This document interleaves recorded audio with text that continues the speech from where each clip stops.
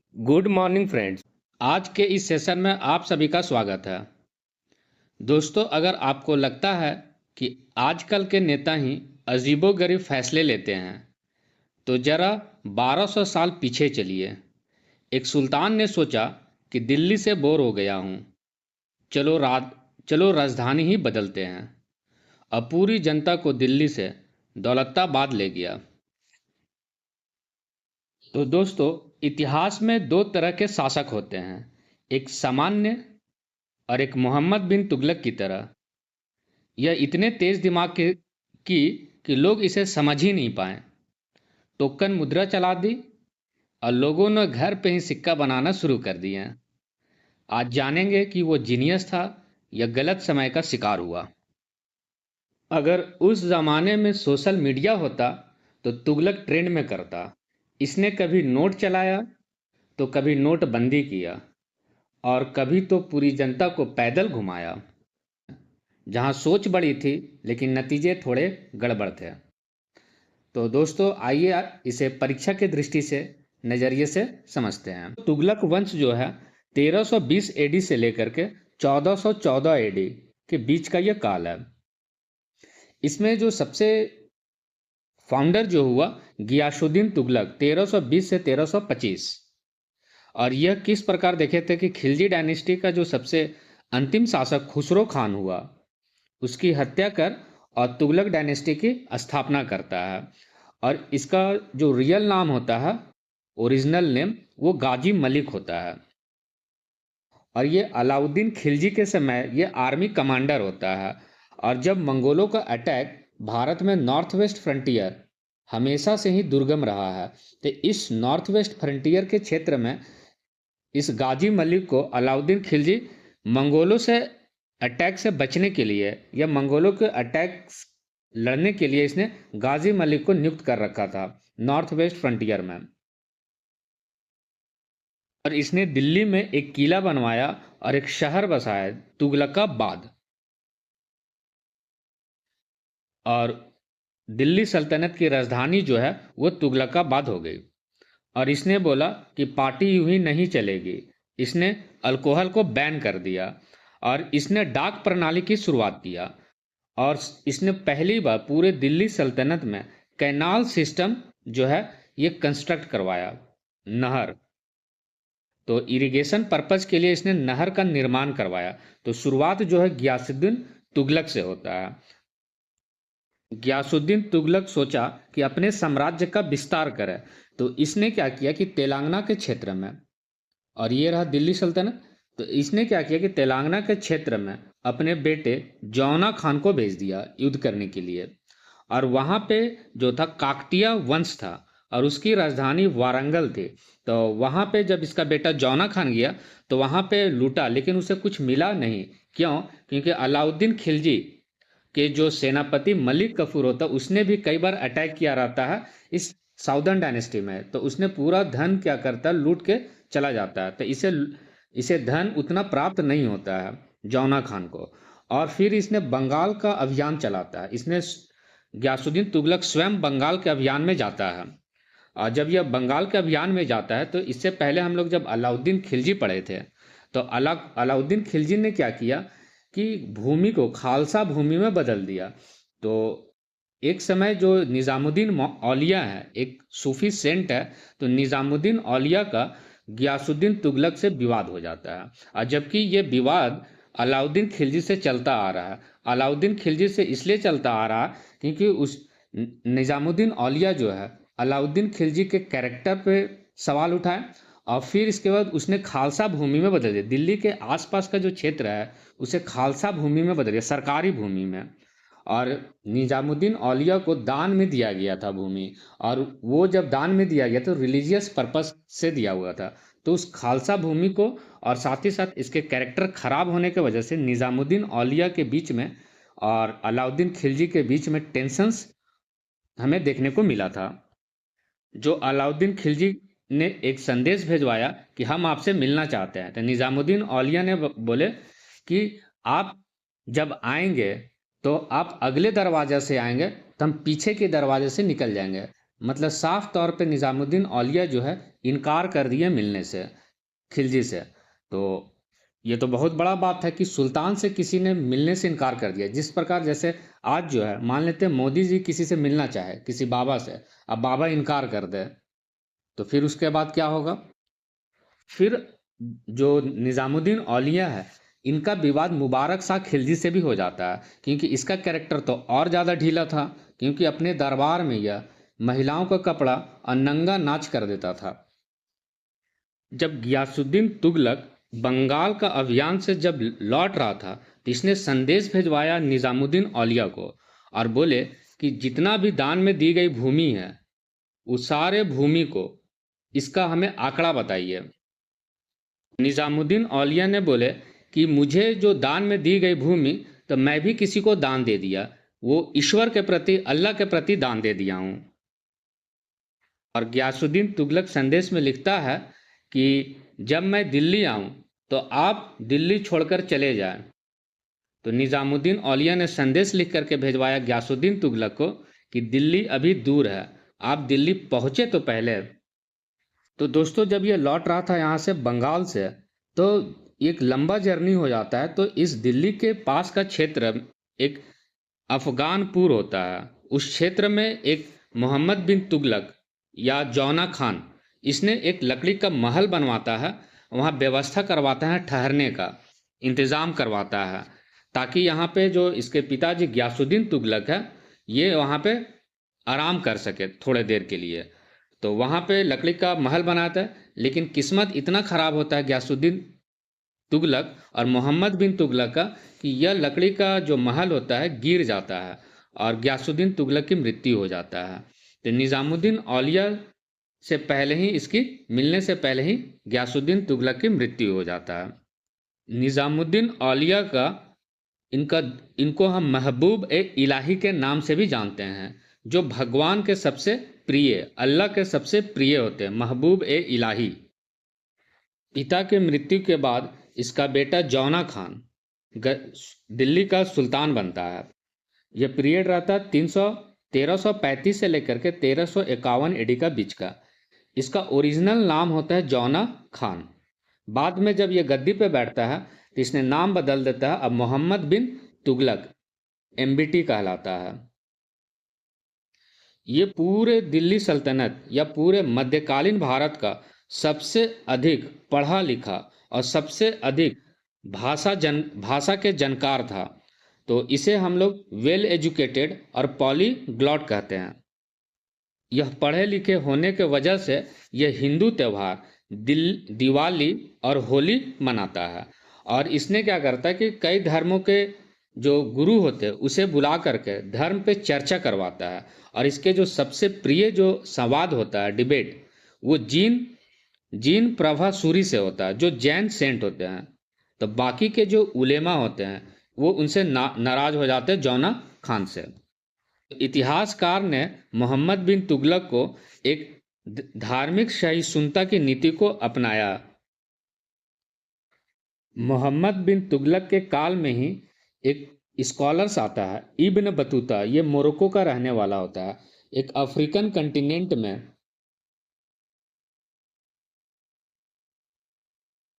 तो ये north west का जो फ्रंटियर है यहाँ पे मोरक्को है। तो यहाँ से चल करके भारत आता है और यह पीरियड रहता है मोहम्मद बिन तुगलक का। और इसने एक पुस्तक लिखता है, रेहला नामक पुस्तक लिखता है। और इसमें जो बताया गया है कि किस प्रकार तुगलक का रिफॉर्म्स और इसका मिलिट्री कन्केस्ट का जिक्र किया रेहला नामक पुस्तक में। रेहला में इसने लिखा कि इस काल में मोहम्मद बिन तुगलक के समय में यह साम्राज्य अपने सबसे ऊंचाई पे था। तो किसी भी साम्राज्य का डायनेस्टी या अब वो ऊंचाई पे चला गया तो अब धीरे धीरे इसका डिक्लाइन का कारण भी बनेगा। तो इस काल में जो है सबसे ऊंचाई पे चला गया। तो इसने बताया कि टोटल मोहम्मद बिन तुगलक के काल में टोटल 34 रिवॉल्ट हुआ और इस 34 रिवॉल्ट में 27 रिवॉल्ट सिर्फ साउथ इंडिया में हुआ। के काल में ही साउथ इंडिया के विजयनगर किंगडम और बहमनी किंगडम ये दो स्वतंत्र हो जाता है मोहम्मद बिन तुगलक के ही काल में। तो इसकी जानकारी हमें रेहला नामक पुस्तक से मिलता है। और इब्न बतूता जो है इसे पद मिलता है, एम्बिट ने इसे पद देता है काजी का पद, जो चीफ जज होता है। दिल्ली का जो चीफ जज है वो उसे हम काजी कहते हैं, तो इस काजी का पद देता है।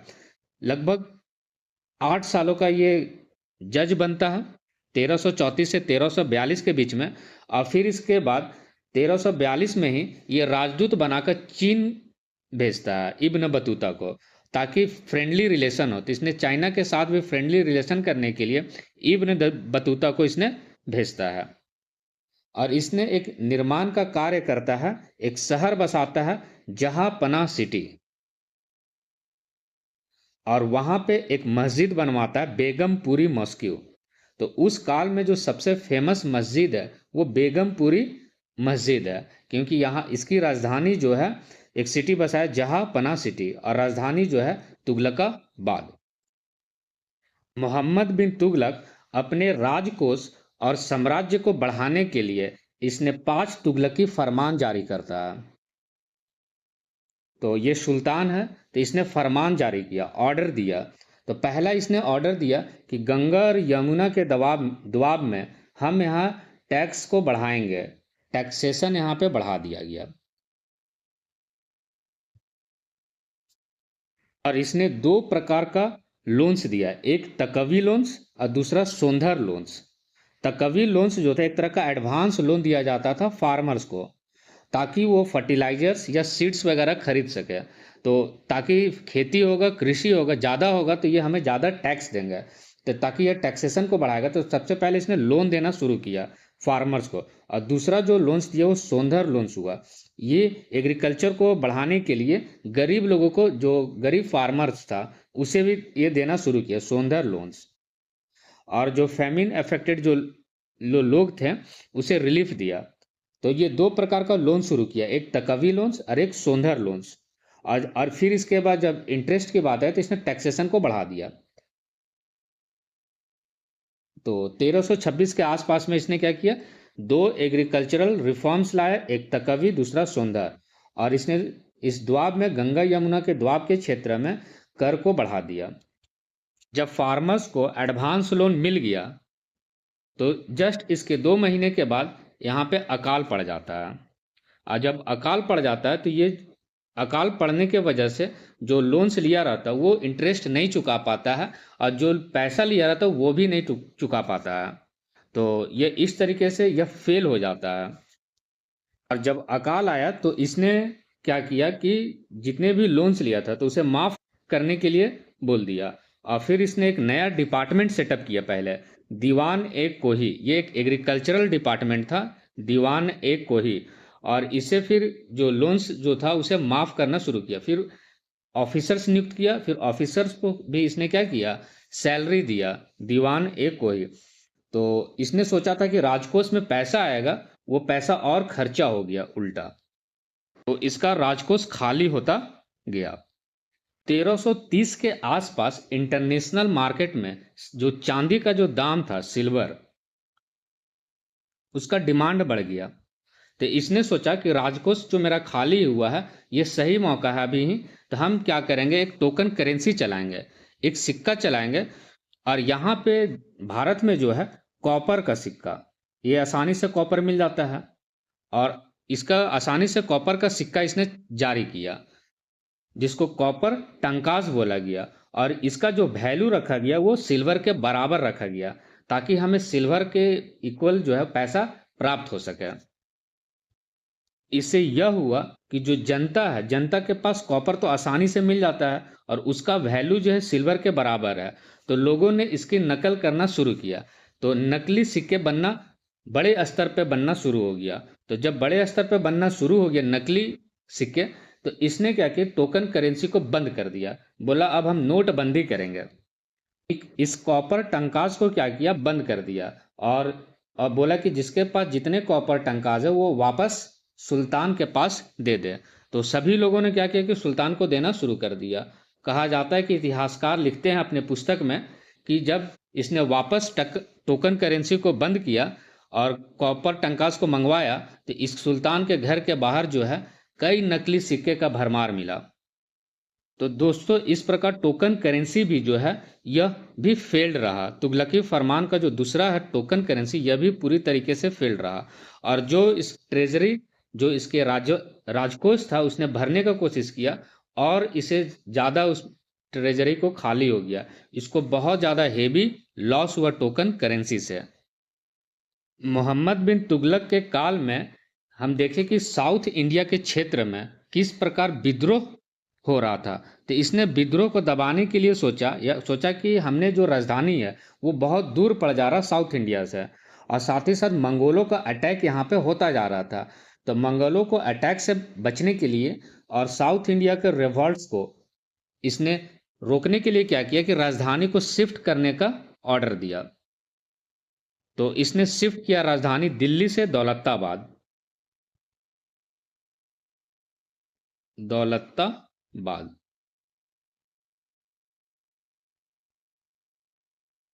ये रहा दिल्ली और ये रहा दौलताबाद। यहाँ पर कई नदियां हैं, फिर इसके बाद पहाड़ है।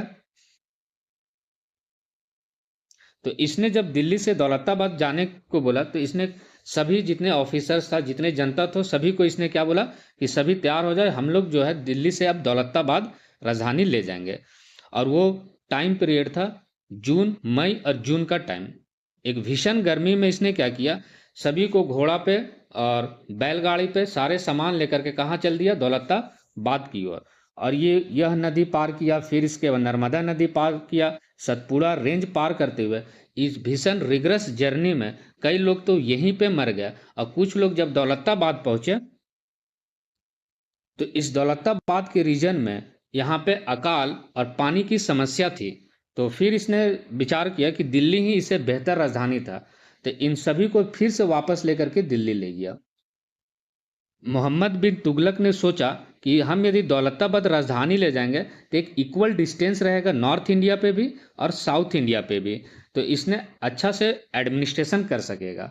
लेकिन यह भी कैपिटल जो शिफ्ट हुआ यह भी जो है फेल्ड हो गया। दोस्तों इस 3 एक्सपेरिमेंट से हम लोग देखें किस प्रकार मोहम्मद बिन तुगलक का राजस्व भरने का कोशिश किया, तो इसके राजस्व जो धीरे धीरे ट्रेजरी वो खाली होता गया।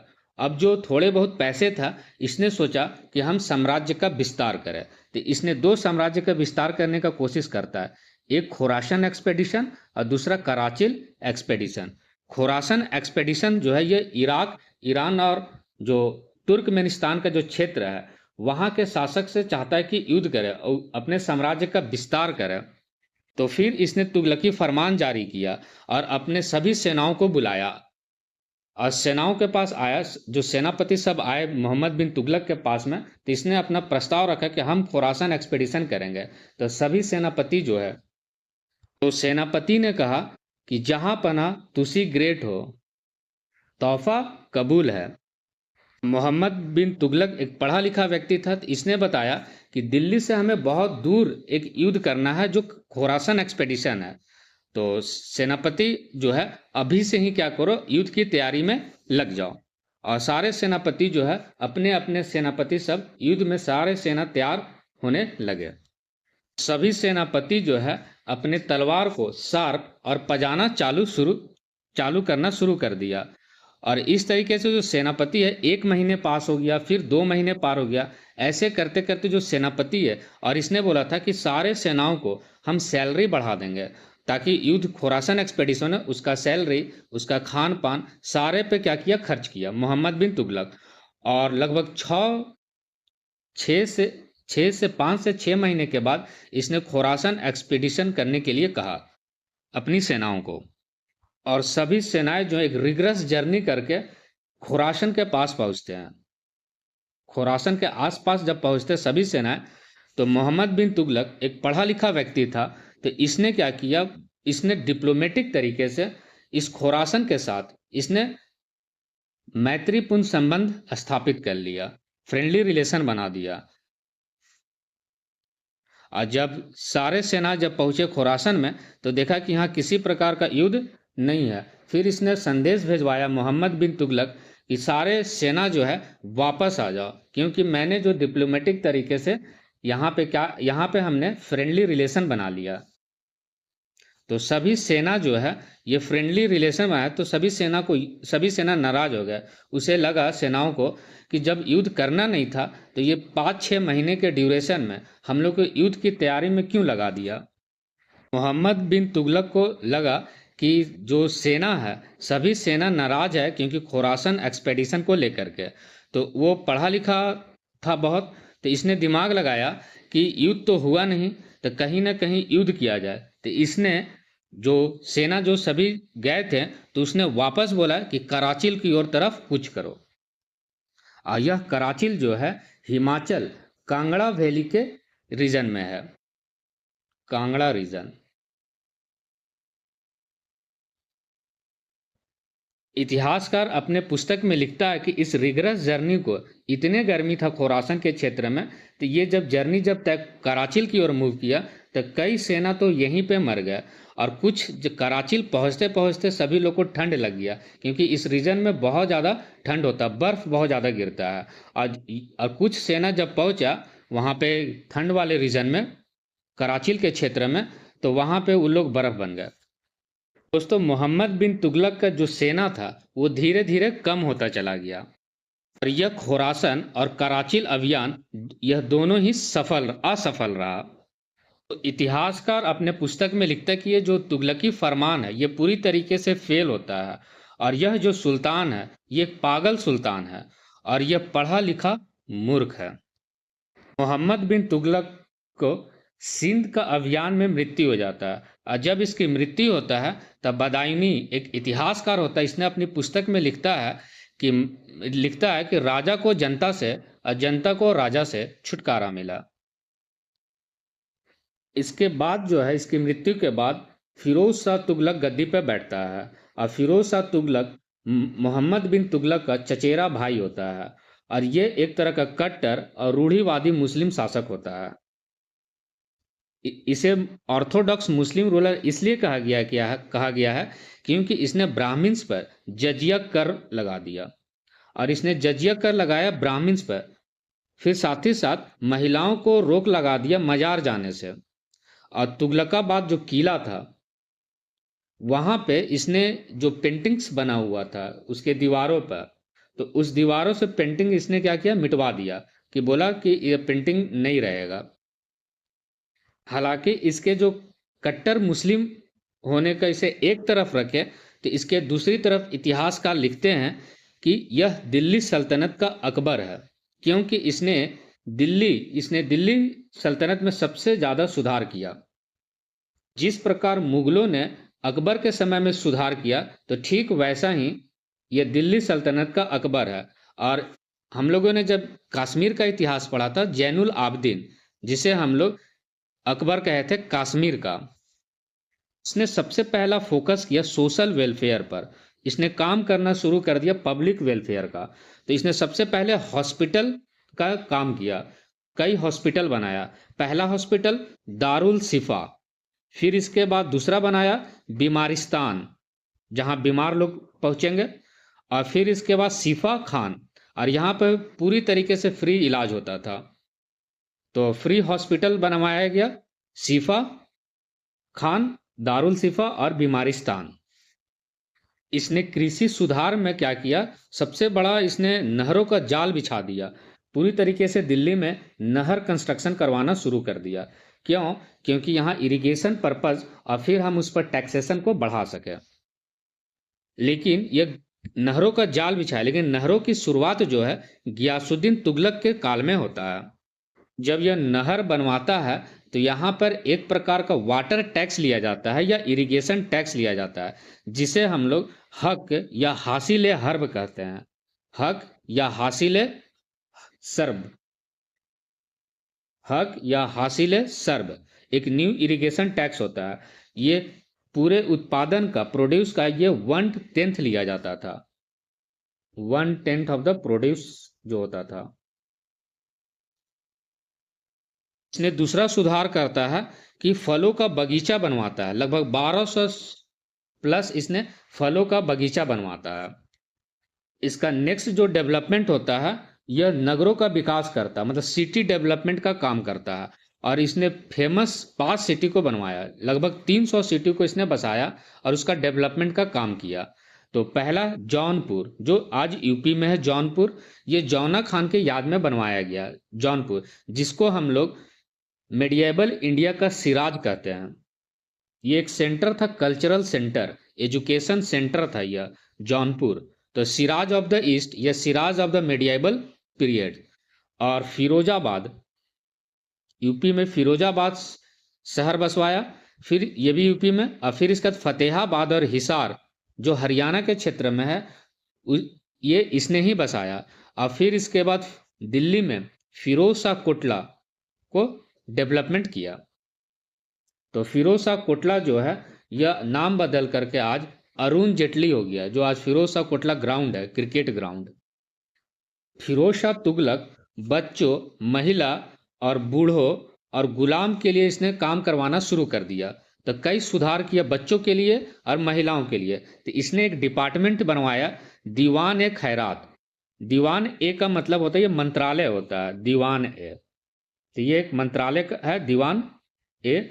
और खैरात जो है, ये एक डिपार्टमेंट का नाम है। इसमें जो है अनाथ बच्चा या फिर जो महिला हो, विधवा महिला, तो इससे उसको सपोर्ट करने के लिए, उसे केयर देखभाल करने के लिए इसने ये डिपार्टमेंट बनवाया था, दीवान ए खैरात। और दूसरा जो मंत्रालय बनाया था वो बंदगान मंत्रालय। तो जो स्लेब्स वो बंधे रहते हैं किसी भी चीज में, तो बंदगान। लगभग बताया जाता है कि फिरोज शाह काल में 1,80,000 स्लेब्स रहते हैं। इन गुलामों को, दासों को इसने रोजगार देने का काम शुरू किया।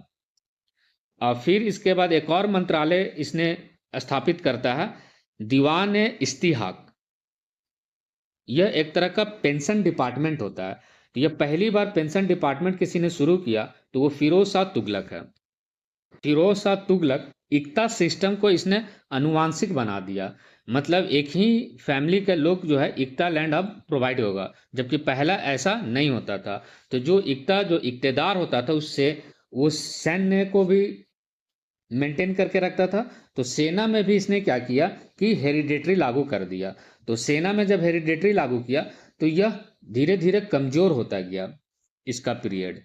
इसने जो है अशोक के जो पिलर इंस्क्रिप्शन है, अशोक का जो अभिलेख है, मेरठ जो यूपी में है और टोपरा जो हरियाणा में है, इन दोनों को उखाड़ कर दिल्ली ले आया। फिरोज शाह तुगलक एक किताब लिखता है जिसका नाम होता है फुतुहात ए फिरोज शाही। तो यह इसका ऑटोबायोग्राफी है, फुतुहात ए फिरोज शाही। इसने सेना में क्या किया कि अनुवांशिक लागू करके रखा था, हेरिडेटरी हो गया। तो इसके सेना में ना बहुत अव्यवस्थित ढंग से शुरू हो गया। तो इसने भी कोशिश किया कि हम भी क्या करें कि मिलिट्री कंक्वेस्ट करें। तो बताया जाता है इतिहासकारों के द्वारा कि फिरोज शाह तुगलक आगे आगे और इसके सेना सब पीछे पीछे चलता था। जब इसने सिंध पर आक्रमण किया तो वहाँ के शासक ने, वहाँ के सेनाओं ने इसे खदेड़ दिया और फिरोज शाह तुगलक आगे और इसके सेनापति के पीछे। और फिर सिंध का जो आक्रमण जो हुआ, उसके सेना वो पीछे भागता हुआ देखा गया फिरोज शाह तुगलक को। क्यों? क्योंकि इसने सेना में भी क्या किया था, हेरिडेटरी लागू किया। और सेना जो है ये पूरी तरीके से विफल रहा और इसकी मृत्यु हो जाता है। और फिर इसके बाद गद्दी पर बैठता है नसीरुद्दीन महमूद। इसके काल में जो है तैमूर का आक्रमण होता है। और तैमूर ये जैसे मंगोल थे तो वैसे ही तैमूर थे, ये बच्चे, बूढ़े और महिलाओं को काट देते थे सीधा। बताया जाता है कि जो तैमूर लंग जब भारत पर आक्रमण करता है तो यहाँ पे खिज्र खान होता है भारत में, और घर का भेदी लंका ढाहे। मतलब इसने क्या किया कि तैमूर के साथ इसने भारत पे आक्रमण करवाया और नसीरुद्दीन महमूद को इसने कमजोर कर दिया। और दोस्तों सैफ अली खान का जो बेटा है उसने भी अपना नाम तैमूर रखा, जो विवाद का मुद्दा रहा, क्योंकि तैमूर जो है एक बहुत ही क्रूर और बच्चे, बूढ़े और महिलाओं को मार देता था। तो इसलिए यह बहुत विवाद रहा था कि जब उस बेटे का नाम तैमूर रखा जा रहा था। और तैमूर लंग जो है यहाँ पे यह अटैक किया और फिर वापस यहाँ चला गया और यहाँ पे सूबेदार बना दिया। जो क्षेत्र जिस पर अटैक किया था, लाहौर, मुल्तान और दीपालपुर, दीपालपुर जो है यह पाकिस्तान के क्षेत्र में है, जो पाकिस्तान का जो पंजाब रीजन है, तो वहाँ पे इसने सूबेदार नियुक्त कर दिया खिज्र खान को। जब नसरुद्दीन महमूद तुगलक का जब शासन कमजोर होता है तो खिज्र खान जो है यहाँ पे शासन करना शुरुआत करता है और सैयद डायनेस्टी का स्थापना करता है। तो दोस्तों तुगलक डायनेस्टी जो है यहाँ पूरी तरीके से हम लोग पढ़ लिया, पूरे डिटेल एनालिसिस किया, और फिर इसके बाद जो है सैयद डायनेस्टी और लोधी डायनेस्टी बचा हुआ है।